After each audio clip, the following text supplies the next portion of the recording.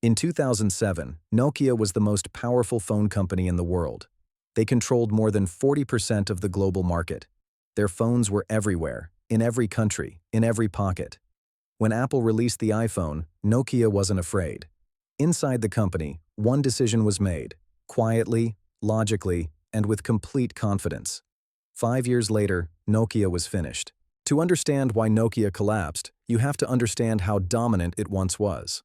By the mid-2000s, Nokia wasn't just a phone company, it was the phone company. More than half of all smartphones sold globally ran on Nokia's software. Their supply chain was unmatched, their hardware was reliable, their brand was untouchable. Inside Nokia, the belief was simple: they had already won. Competitors came and went, but Nokia survived them all.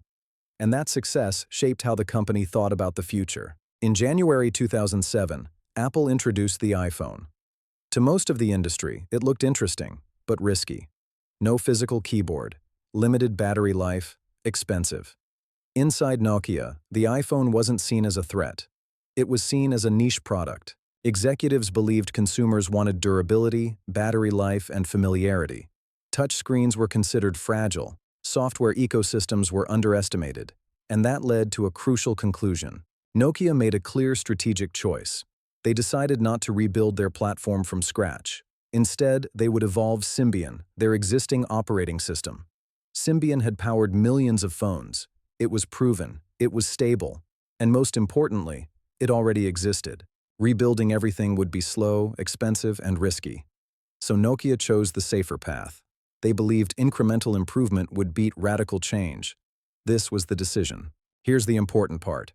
At the time, this decision wasn't stupid. Symbian worked. Nokia's engineers knew it well. Their partners depended on it. Starting over would have meant breaking compatibility, retraining teams, risking delays, and losing short-term market share. From a traditional business perspective, evolving Symbian was logical. The problem wasn't incompetence. The problem was timing. While Nokia improved Symbian, Apple rebuilt the phone experience from the ground up. Then Google released Android. Developers flocked to modern platforms. Touch-first interfaces became the standard. App ecosystems exploded. Symbian struggled to adapt. Each update made it more complex, slower, and harder to develop for. Internally, teams disagreed on direction. Projects overlapped, decisions stalled. Nokia was moving, but the market was moving faster. By 2010, Nokia's market share was shrinking rapidly. In 2011, the company made another major move. They abandoned Symbian and partnered with Microsoft. But by then, it was too late. The ecosystem was gone. Developers had moved on. Consumers had already chosen sides. In 2013, Nokia sold its phone business.